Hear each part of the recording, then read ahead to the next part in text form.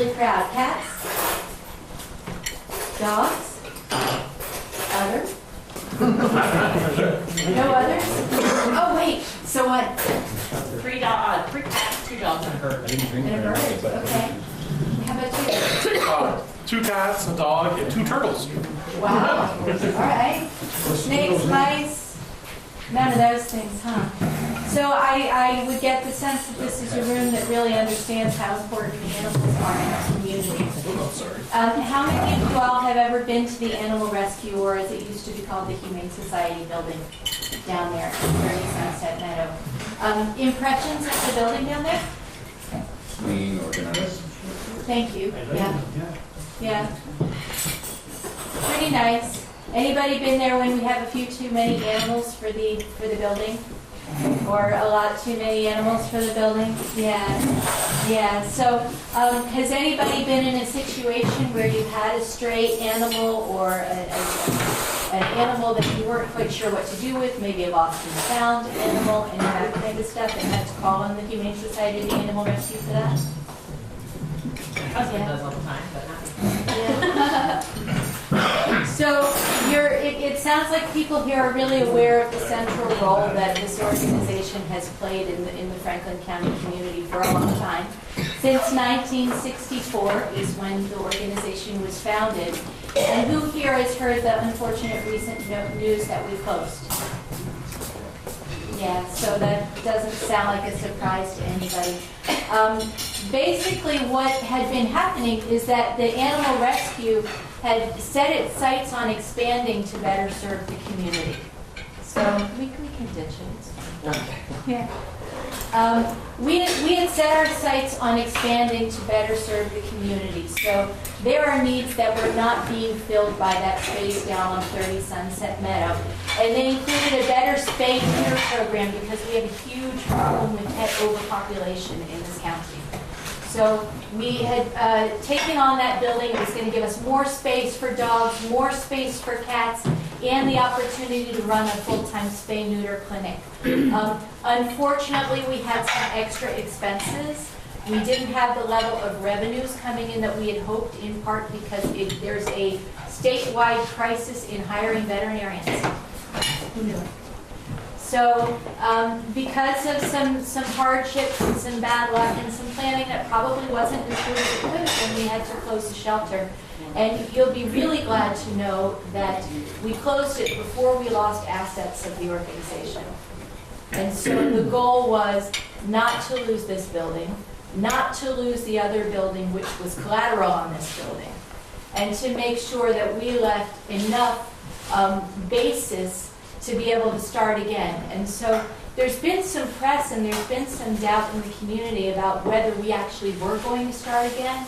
And that's why we came to talk to Christine and we said, can we please come to talk with the Rotary, because we need you guys to be messengers about what's going on with the organization, about the fact that we are reopening, and you guys are the very first to hear our reopening target date, which is September 30th.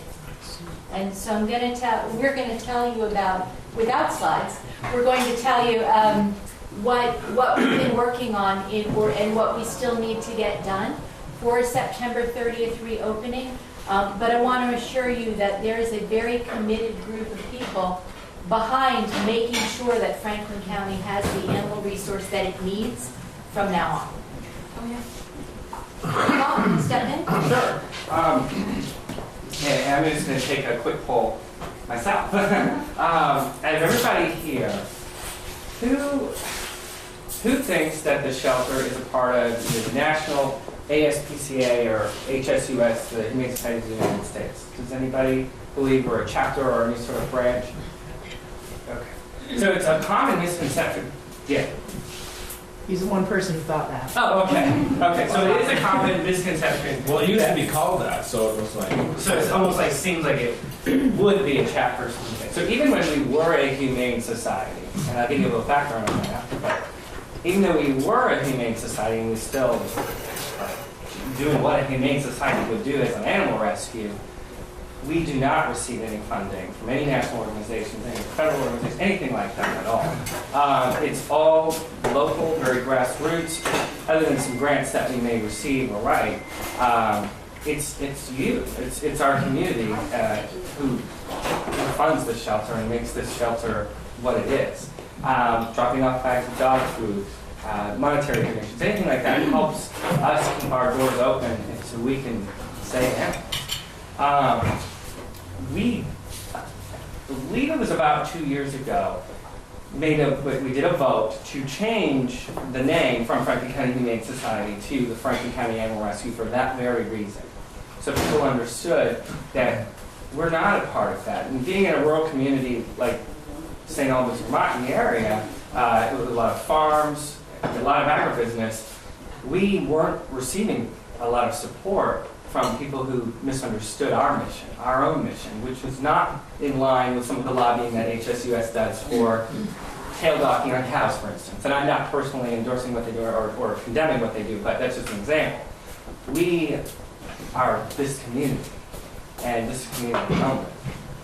We may take part in some of that, but that's not what we did or continue to do. Things are moving, I'd say, fairly quickly. We're on track to sell the 141 Fairfax Road location, which was purchased as a spay neuter clinic and also to house cats. Yesterday, I walked through our 30 Sunset Meadows location with a panel of veterinarians and a contractor, and to see what we can serve in that location, what we can do in that location. Is this, the old boardroom a good area for surgery? Is, how can we reconfigure the space for today's standards and to serve the community as best we can? May not mean taking in every single animal that comes to our doorstep. It means serving each animal as best as we can and getting them into a home as soon as possible. One veterinarian said to me yesterday, and I kind of looked at her like she was crazy, and she told me this. And she said, shelters are bad. I knew shelters weren't ideal for an animal to be in, but they're bad. An animal is not developing any social skill. I mean, if they are, but it's a very chaotic place, unfortunately. It's not always the cleanest. We want it to be, but disease. We want them to be free of disease. It's important that our shelter moving forward focuses on the care and the quality of care and not volume necessarily. And that doesn't mean we're leaving animals by the wayside. That means we may ask someone who needs to privately surrender their animal to maybe wait a little bit longer. We can take it in 60 days because we just don't have the room. Again, you were talking about going into the shelter before we closed. You would walk in the front lobby and you'd have probably 3 or 4 cats leaping between your legs, and there'd be cats jumping on the desk, and it was cute, but it's not ideal. It spreads disease. It's unhealthy. So we're working with veterinarians to make sure we have the proper policies, procedures in place moving forward, and we're going to create a better shelter for the community. Yeah, so our motto is we want to be stronger, more sustainable, and a better service to the community than ever before. And that means doing things differently than we have done in the past, because sheltering has moved forward a lot. There's a lot of best practices and new things out there. There's a lot of realization of the root causes of the problems that cause animal overpopulation. So that's what we're really striving to do, is move forward and use this as an opportunity to not just come back as the same organization, the same shelter that we were before, but to come back as an organization that's poised to serve the community in newer and better ways.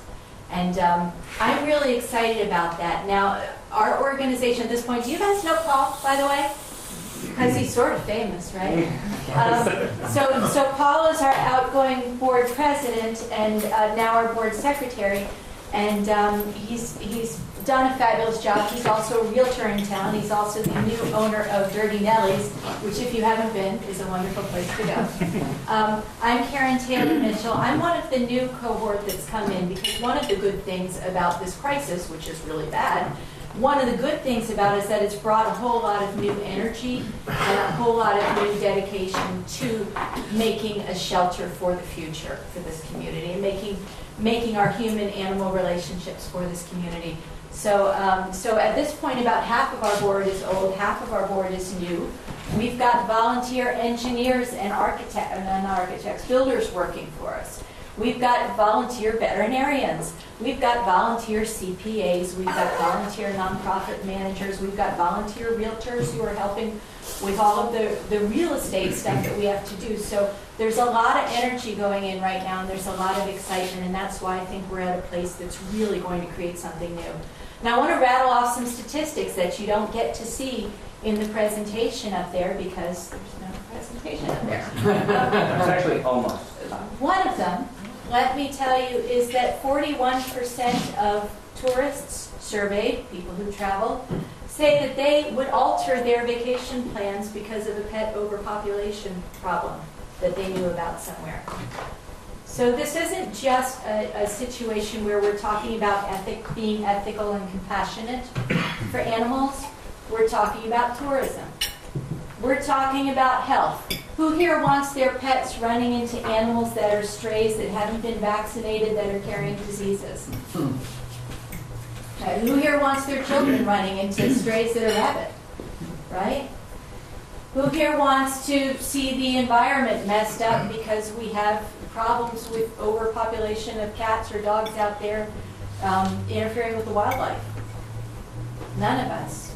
Or agriculture, the potential impact on agriculture. So this goes far beyond just our relationship with animals and feeling good about being kind. This is an economic decision. This is an environmental decision. This has all sorts of permutations for our communities. And I will say our communities because I will tell you about my introduction to this animal rescue. Earlier this year, there was a situation in one of the towns surrounding St. Albans where an elderly person living by themselves died. The executor came in, found 8 cats living in the house, opened the doors and let them all run out into the wild. Just shoot them out of the house. 3 of them were run over on the street in front of the house. One of them disappeared. The other 4 wound up at the Franklin County Animal Rescue the day that I had driven up to adopt a cat. I wound up with 2, of course. So this is just one aspect of the role that this organization plays, is helping people in situations where there is cruelty going on, where there is neglect going on, where people just haven't thought or haven't expected to make plans for the animals that they passionately cared about. Not to mention reuniting all of us with friends, or uniting all of us with friends, right? So we've made a hash of the slides, but I can run them. Do you guys have questions for us? Yeah? First of all, I have a dog. He's a rescue dog. I've had him for about 12 years. And I've grown up with pets, and I'm not sure if I'll always have them or not, but I have one now. I applaud you and Paul for the efforts that you do down at the shelter. I think all of us would agree that it's a very valuable resource for this community or any community. That being said, I'll rattle off a statistic, is that the Humane Society, I really think, sold you guys short as far as the monies that they take in and how much trickle down to agencies like yours. They take in millions of dollars a year and spend it most in Washington worrying about how to crop a cow's tail or something like that, versus taking the cats and dogs off the streets that I think all of us are really think that that's where some of that money goes. And I know that there's people locally that have made gifts to the Humane Society that goes right over your head and right into their pockets. And when they see that little wobble dog on the counters of all these stores for the Humane Society, that it's going in your pocket, and it isn't. And I think that's very important for everybody to know. Yeah. And I also think that the Humane Society is the largest anti-hunting group in the world. And they are always opposed to gun ownership, in ammunition sales, and they will do everything they can to prevent hunting in any form. But that being said, it really disturbs me that how they've treated you folks and all of your agencies that are on the ground in these communities trying to save the cats and dogs that are running on. Well, honestly, not to defend that organization, but to just say there is no connection. And the more that you Why can help isn't us there though? get I that don't out understand there. that, you know? I guess they don't see that as their mission, although they may put out best practices for humane societies. That might be one of the resources that we're looking at. But when you think of the phrase humane society, that's kind of like the phrase tissue. And, you know, you've got Kleenex, and a lot of people use Kleenex to mean all tissue, but a humane society is just a place that takes in animals, right? And that is working for animals. And so we happen to have this, or we happen to have the same name as them. That doesn't mean we've got a relationship or a funding relationship, or that they've got any responsibility to us. I mean, I wish they did, because it'd be really nice to have Big Brother come in and rescue us right now, but that would have its cost as well.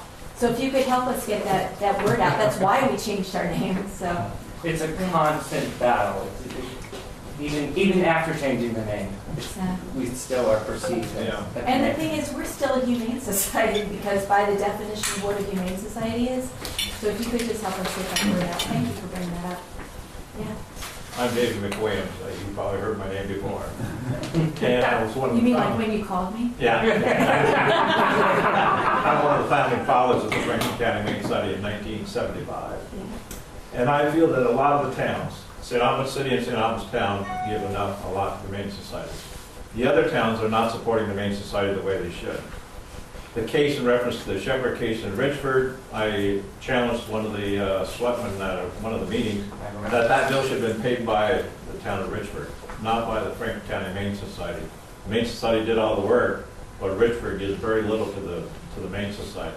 And I feel that all the towns should be supporting the Humane Society. I also feel that, you know, there's only 200 or 300 people that are members of the Franklin County Humane Society, and there's more animals in Franklin County that people should be members. It's very cheap to become a member of the Humane Society. It supports them for the goals they want to do, you know, and if we don't have that Humane Society here, what's going to happen? These animals are going to be euthanized. They ain't going to be by a vet. It's just going to be shot. So that's why we need to get this Humane Society up and going again.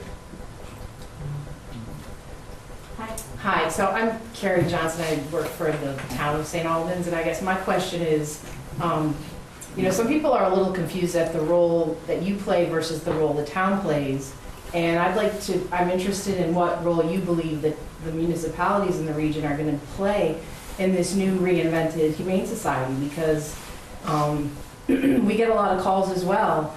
Our animal control officers have to go out at all hours and all holidays to go pick up dogs and cats who are abandoned. And, you know, and there's quite a bit of municipal money that, from our point of view, it was quite a bit, going to fund that resource that for about 8 months now is not going to be here.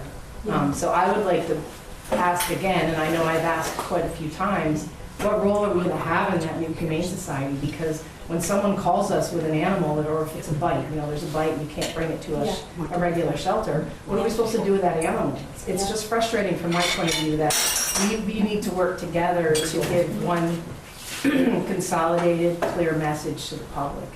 And we weren't doing that for a little while now. I couldn't agree with you more. And I think that's a conversation for us. It's not something where we're going to say, we're doing this, so figure the rest of it out. Okay. It's a conversation that we need to have with your town and with St. Albans City and the other towns around here. Various towns have been supporting at various levels. Some towns are the fees equal the services. A lot of them, they don't. They haven't. And so that's a longer conversation, and it's one that I'm afraid is a couple of years off, just in kind of the list of things that we have to do in the order of what we need to do to get back running again. But I promise you that conversation is coming, and that it's going to be one where we ask you to come and talk with us about the needs and the possibilities, not just where we say, you know, here it is. To piggyback off her answer, it's been something looming over all of us. It really has been. But and we actually even discussed it at our last meeting.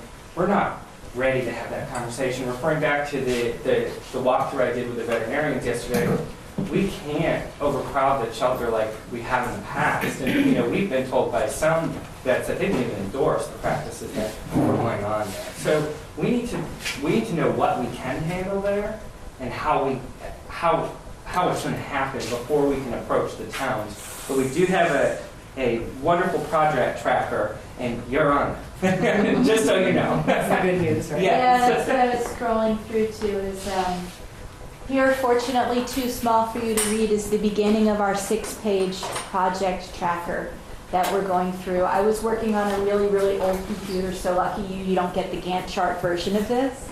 But it's got a million details. We can use more volunteers to fill in some of these name columns over here. So we're doing pretty well on them. We need more energy. Somebody wrote us an email the other day and said, you know, what's it going to take to get the shelter reopened? And I noticed in the signature that this is a network engineer. I'm like, we need somebody to figure out our phone systems. And so that person is now on board. So whatever your talent, we have a role for you. Please spread the word. Our biggest priorities right now, I want to make sure that you know, we're hiring a transition director because right now we're doing 2 facilities management, we're doing hiring, we're doing dealing with the state, we're doing trying to create a business plan, a strategic plan, everything with just volunteers. So we're in the process of hiring somebody temporary who is going to be our manager during a transition period, and we are actively interviewing for that and hope to have somebody on within the next 2 weeks. We're selling the building at 141 Fairfax, as Paul mentioned. Somebody asked the other day, how come I don't see a sign out in front of it? That's really good news. We've had some private buyers come and want to walk through it, and we've actually got a private offer on it.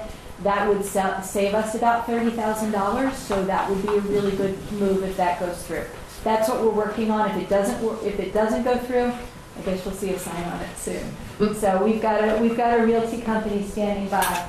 We're going to renovate 30 Sunset Meadows. We're not going to do something major to it. It's not going to turn into some bright, shining epitome of a Humane Society because it's not the space for it right there. But what we are going to do is make it healthier for the animals. We're going to make more room for cats because the populations of animals that we deal with has changed over time. We deal with a lot more cats and a lot fewer dogs than we did when that shelter was built. Things like that. We're gonna make it look better. We're gonna make it smell better. That'll be really good. Yeah. How many can you handle there, cats and dogs?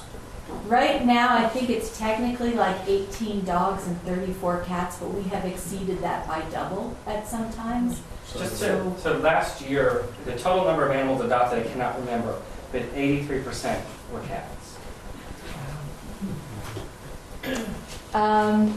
Then in order to reopen, we will need to hire shelter staff and get reopened by the end of September. When we do reopen, it's going to be a graduated reopening. We're going to reopen for cats first. They're easier. We're going to reopen for dogs about a month and a half after that. So that's the plan. There's a lot of planning going on in this. There are basically weekly board meetings. We have a public meeting coming up Thursday, so to tell the story to a wider population, or to tell again if any of you guys want to come here again. But if there are people who are interested after this who want to hear more about it, are there other questions for us? I left something off this list I realized on the drive here, and that was fundraising. In order to make this all happen, we have to raise funds. I don't want to ask you for funds. I do want to ask you for help with fundraising. So if you are interested in getting involved in that way or any other way, if you know people who are able to be involved in that, please help us spread the word about that too. And what else do I have that we missed? A picture of Holly. Very cute. This is maybe something good to end on. Yeah. Well, before you end, I think that all of us are really indebted to what David McWilliams does in this community. You know, can you just imagine being put in a situation where you have to go out and rescue these dogs, either in either a dog bite or a situation like you had up in Richford, or whatever it takes in this community. David has gone above and beyond the call of duty to help us all out for little or no compensation to you know, to keep the dogs and cats off the street. So for that, David, we all want to thank you. Thank you.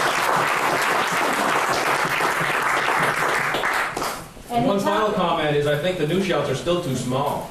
You know, The city yes. limits what they can do down there. we'll move out of the city. You know, I think that, you know, I took my dog to a kennel recently. I was gone for a week, and it cost me $200 to keep that dog in a kennel for 7 days.